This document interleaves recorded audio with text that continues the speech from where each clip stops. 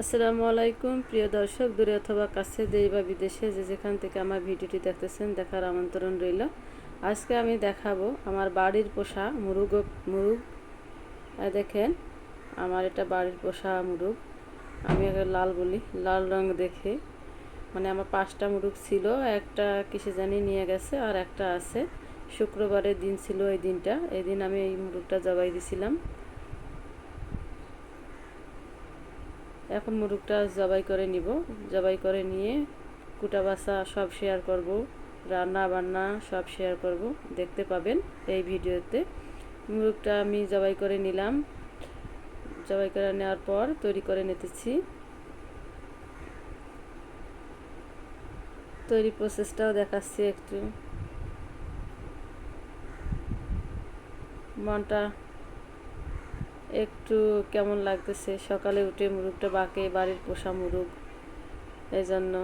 তারপরেও করার কিছু নাই, এরা তো চিরস্থায়ী না। এটা মুরগের পেটে যা থাকে একটা বার করে ফেললাম। আশা করি সবাই বুঝতে পারছেন ওটা কি ছিল। মুরগি কুটো বাছা করে নিতেছি, সুন্দরভাবে রান্নাটা করে নেব। বাড়ির মুরগি একটু ভালো করেই রান্না করব, আর দেশি মুরগি তো এমনিতেই ভালো লাগে। তারপরে মুরগের বয়স আমার 4-5 মাস হবে, 4 মাস হবে এরকম। তো আমি ধুয়ে নিতেছি, বেশি তো মানে গোশ হয় নাই এইরকমই, এই যে এটুকুই, একবারে কমও না একবারে বেশিও না। সুন্দরভাবে ধুয়ে নিলাম। এখন আমি রান্নায় চলে আসলাম, রান্না করে নিব। রান্না করার জন্য কড়ার মধ্যে দিয়ে দিছি তেল। তেলটা গরম হয়ে আসছে, এখন আমি দিয়ে দিব সবগুলো মশলা। দেশি মুরগির মশলা না, আলু আমি একটু তেলে ভেজে নেব। হ্যাঁ, আলুটা একটু কাঁচা কাঁচা থাকবে, এই জন্য আলুটা ভেজে নেব। আলুটা দিয়ে দিলাম। আলুটা একটু হালকা ভেজে নেব, নেওয়ার পর রান্নাটা করব।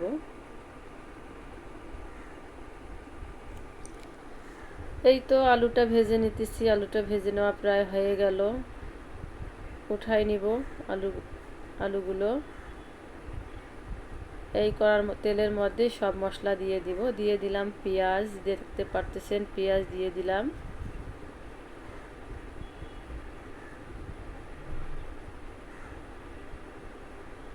দিয়ে দিব কাঁচামরিচ ফালি, একটু পাকা মরিচ বাটাও দিলাম, আদা বাটা দিলাম, পরিমাণ মতো মতো, আর সব কিছু দিব মতো মতো করে মানে ভাষাটা একটু ভুল হয়ে গেছে, ক্ষমা দৃষ্টিতে দেখবেন। মতো মতো বলতেছি, পরিমাণ মতো দিব, এটা হবে। সবগুলো দিয়ে দিলাম, আদা রসুন পেস্ট, কাঁচামরিচ, শুকনো মরিচের পেস্ট। তারপর দিয়ে দিতেছি হলুদের গুঁড়া, লবণ, গরম মশলা, তেজপাতা, এগুলো।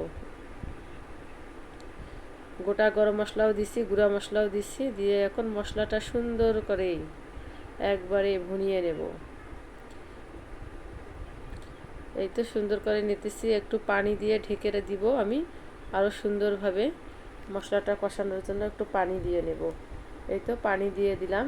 মশলা বাটনাটা ধুয়ে পানি রাখছিলাম, ওই পানিটাই আমি দিয়ে দিলাম।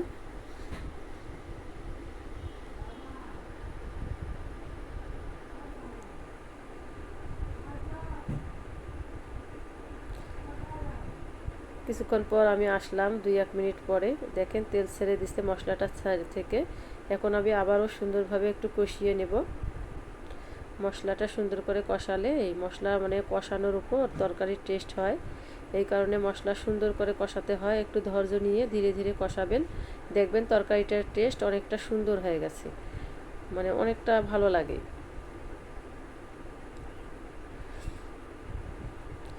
মশলাটা আমার কষা হয়ে গেলে আমি অ্যাড করে দেব পরিষ্কার করে ধুয়ে রাখা মুরগি।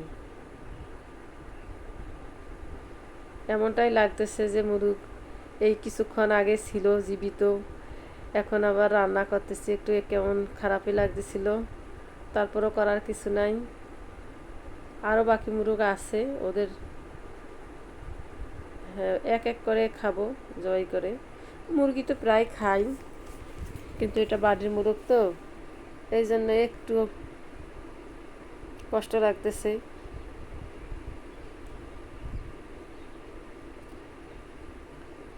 যখন কোনো কিছু বাড়িতে পালবেন তখন দেখবেন একটা মায়া হয়ে যায়। আমি হালকা একটু পানি দিলাম। দেশি মুরগি কিন্তু অনেকটা পানি খায় এবং সিদ্ধ হতেও একটু সময় বেশি লাগে, এজন্য একটু পানি দিয়ে আমি ঢেকে দিব কিছুক্ষণের জন্য। এই তো কিছুক্ষণের জন্য ঢেকে দিলাম, তারপর কিছুক্ষণ পর ঘুরে আসলাম, এসে ঢাকনাটা তুললাম, তুলে এখন বাকি তরকারিটা সুন্দরভাবে কষাবো। এর মাঝে আমি কিন্তু ঢাকনা তুলে একটু কষিয়ে কষিয়ে দিয়েছি। দেখেন আমার মশলাটা কত সুন্দরভাবে কষানো হয়ে গেছে, মুরগিটার সঙ্গে কত সুন্দর কালারটা চলে আসছে। এখন আমি দিয়ে দিব আলু। আলুগুলো দিয়ে আবারও সুন্দর করে কষিয়ে নেব। আলু আর মাংস একসঙ্গে করে মশলা যেন আলুর ভেতরে সব কিছুই প্রবেশ করে, এইভাবে আমি মশলাটা কষিয়ে নিব। আমরা রান্না কম বেশি সবাই করতে পারি, কিন্তু এক একজনের রান্নার টেস্ট এক এক রকম, ধরন এক এক রকম। এটাই, খাবেন আমার মতো রান্না করে খাবেন, খেয়ে দেখবেন কীরকম লাগে। দেশি মুরগি এইভাবে রান্না করলাম। এখন আমি কষিয়ে নিতেছি, একদম ঝোলটা শুকিয়ে নিব।